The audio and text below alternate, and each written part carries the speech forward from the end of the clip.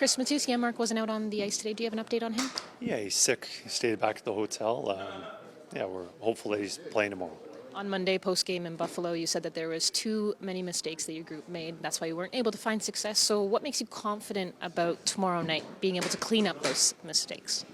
I can't say I'm confident. I can't say that we're not going to make mistakes. But the ones that we didn't make, we paid for it. And just giving up the puck, especially late in the game where we had that turnover, a couple times that led to a goal against. I thought we had the puck most of the time and had majority of the scoring chances, whether it was goal post, a goalie making a big saves. I thought we were in a position to win that game, but it's still not nearly good enough for our team. Our expectations are that we play better than that. What do you like about Jeff Skinner skating with Leon Draisaitl?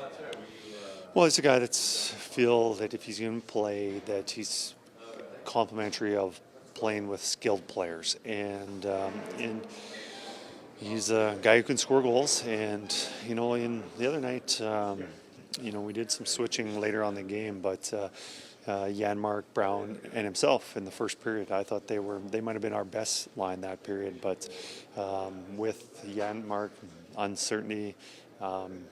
And then tomorrow night, there's a good chance that is where Skinner will be playing. But we're going to find out exactly who's eligible to play. Do you see Klingberg or even Ekholm as options on this trip at all? I don't right now. Well, Klingberg's here with us. Ekholm's still in Edmonton. He was going to fly and join us. Right now, it's looking like he will stay in Edmonton and join us. Regular practicing playing when we come home. When you look at big picture for your team, Kris, you guys did something last year that could fuel confidence for this year, even when you're going through a tougher stretch. Do you find that to be the case, that you guys can be more process oriented because you know who this team is and what the team can be capable of? Well, I think I think one of our strengths is also a weakness for us. One is I think that we can handle adversity extremely well, no matter what happens. We just go with it. And you saw that last year in the playoffs many times, down 3-0 to Florida, the Dallas series numerous times, Vancouver, 2 elimination games. I think we handle that really well. But on the flip side is when you're really good at handling adversity and you're calm, that often you're missing that switch to turn it on and, all right, we need to push a little bit harder. So it's a fine line, and right now I think we can push a little bit harder and be more ready for these games and playing a full 60 minutes. For you, is there anything when you flip that switch on that you'll see, that you'll know? Or is it more just... Just mostly the guys on the bench being engaged, talking to each other, executing on the ice. But I think it starts, you can really tell with the body language, the guys communicating on the bench.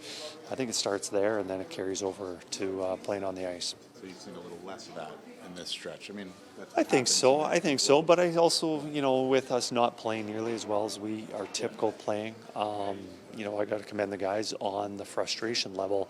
A lot of times guys are blaming the other players, angry. But I think we've done a good job of keeping those emotions in check. Chris, how would you evaluate the McDavid, Nugent Hopkins, Hyman line and the way they've been playing?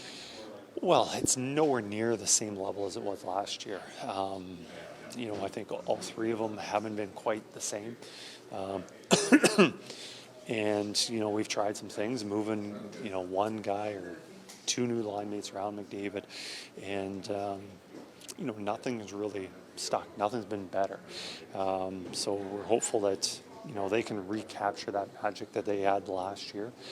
And, lately they've been, it just hasn't been what it, as expected. But I feel that they'll figure it out, and they will be a dominant line. Last year, they were probably the best line in the league. I don't see any reason why they can't recover and do that. With Nugent Hopkins specifically, I think it's a goal in the last 15 games, and that goal was on the power play. Is there any concern there about the lack of? He's had a few chances in the Buffalo game. First period, a couple of rebounds later in the game. yeah, if you're going to play top line minutes, you got to contribute some offense, and it's harder because you are playing against the best matchups, shut down centerman, best D, but you expect your top players to be your best players, and when you're on your top line, that's what I expect of them, because that's what I think of them, and so there's a lot of positives to his game, but I would like to see a little more offense chipping in. Yeah, you mentioned the positives. How much does that other stuff matter? Good two-way player, very consciously. No, How much does that absolutely, that does matter.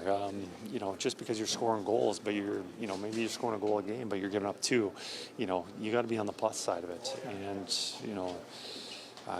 we're talking about Ryan specifically. I think his defensive play has been great, but when players are going through a little dip in their play and a little funk, that they start feeling it. They're squeezing their stick and they're not playing their best.